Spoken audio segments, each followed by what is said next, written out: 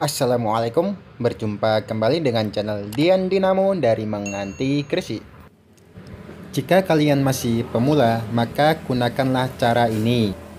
Memang cara ini sangat tidak dianjurkan, tapi kebanyakan tukang gulung kami itu belajar pertama kali itu menggunakan cara ini. Setelah lancar dan rapi, maka cara ini sudah ditinggalkan. Di akhir video, saya akan menjelaskan kekurangannya, sekaligus kita akan coba hasilnya. Pertama-tama, kalian gambar pola lilitannya. Caranya ada di video saya yang lain, nanti saya taruh linknya di deskripsi. Setelah dapat skemanya, maka ikuti cara ini. Jadi caranya seperti ini. Kita mulai menggulung dari terminal ini menuju ke lubang sebelah sini, lalu keluar dari sini menuju ke terminal berikutnya. Lalu dari sini lakukan di lubang yang sama dan menuju ke terminal berikutnya. Itu dia polanya. Selanjutnya kemana? Lihat sisirnya. Ini sisir kanan, berarti kita ke lubang sebelah kanan. Dapat satu kumparan, pindah ke lubang kanannya lagi. Begitu seterusnya. Dan lakukan terus-menerus sampai ujung kawat terakhir itu bertemu di terminal yang sama dengan ujung kawat yang paling awal. Cukup mudah kan? Sekarang saya akan memberikan beberapa tips agar menjadi lebih rapi dan maksimal. Pertama, usahakan memegang kawatnya itu harus yang erat biar lebih rapat gulungannya. Semakin rapat maka semakin rapi. Kedua, setiap mendapat setengah kumparan, maka rapikan kembali gulungannya. Lebih ditekan dan dirapatkan. Dan jangan memakai benda yang tajam karena bisa menyebabkan terluka di kawatnya. Ketiga, setiap mendapatkan setengah kumparan, maka kawatnya diletakkan di terminal. Dan ini harus agak teliti. Ketika mengupas lapisan kawat, usahakan jangan melebar. Usahakan kawat yang terkupas itu cuma menempel pada terminal, jangan sampai melebar dan bersentuhan dengan kawat dari terminal yang lain. Kalau itu terjadi, maka itu adalah kesalahan yang fatal. Keempat, kawat yang dari terminal menuju ke lubang lilitan itu diputar dahulu di leher angker. Itu bertujuan agar gulungannya semakin rapi. Dan usahakan searah dengan keluar masuknya kawat dari lubang lilitan. Dan yang kelima, usahakan berkonsentrasi untuk menghitung jumlah lilitannya. Dan ketika ujung kawat terakhir bertemu di terminal yang sama dengan ujung kawat yang paling awal, nanti jadinya akan seperti ini. Selanjutnya kita rapikan, kita potong isolatornya. Memotongnya jangan terlalu pendek agar bisa menutup nanti. Lalu kita tutup lubang lilitannya. Kalian bisa menambahkan penutup menggunakan kayu atau semacamnya, tapi kami biasa cukup seperti ini, lalu melakukan tahap akhir.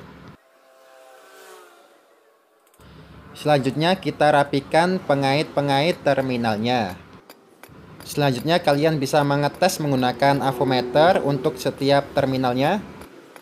Barangkali ada kawat yang terputus atau tidak tersambung dengan terminal. Kalau sudah selesai nanti jadinya akan seperti ini.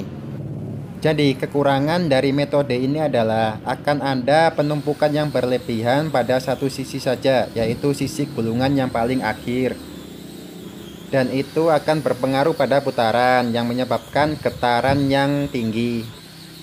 Tapi ini cocok buat pemula. Jadi kalau kalian bukan seorang pemula, maka jangan tiru cara ini. Cara ini disebut dengan satu kawat tanpa putus. Di video bagian kedua hasilnya akan seperti ini. Ini ujung gulungan ada dua sisi, kanan dan kiri, dan itu menyebabkan terjaganya keseimbangan. Keseimbangan itu sangat penting bagi benda yang berputar dengan cepat. Sampai dari sini kita memasuki tahap akhir, yaitu tahap pengeleman dan pengecekan. Dan itu ada di video saya yang lain, nanti saya taruh linknya di deskripsi. Setelah selesai, mari kita tes. Angker sebelah kiri adalah angker yang tadi kita praktekkan. Sebelah kanan ada di video bagian kedua. Yang kita tes cuma yang kiri, yang bagi pemula. Ini gerinda milik pribadi dan belum pernah dibongkar, masih original. Dan kita tes angkernya di sini.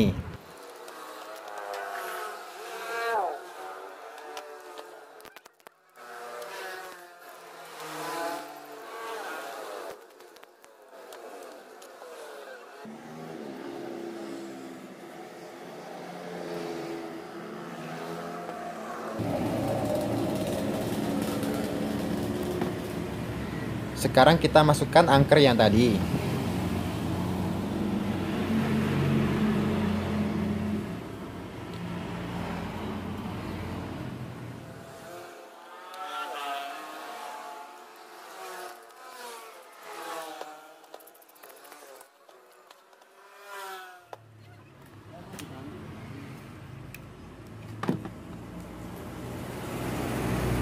Sudah siap semua, sekarang kita coba.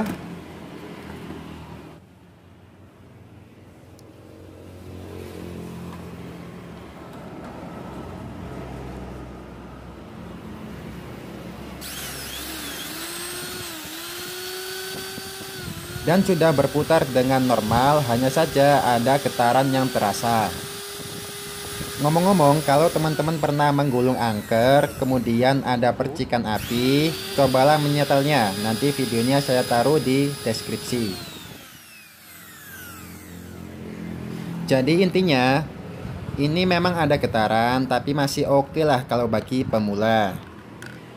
Sekarang kita coba menyalakan mesin dan diletakkan di atas meja, biar lebih terdengar suara getarannya.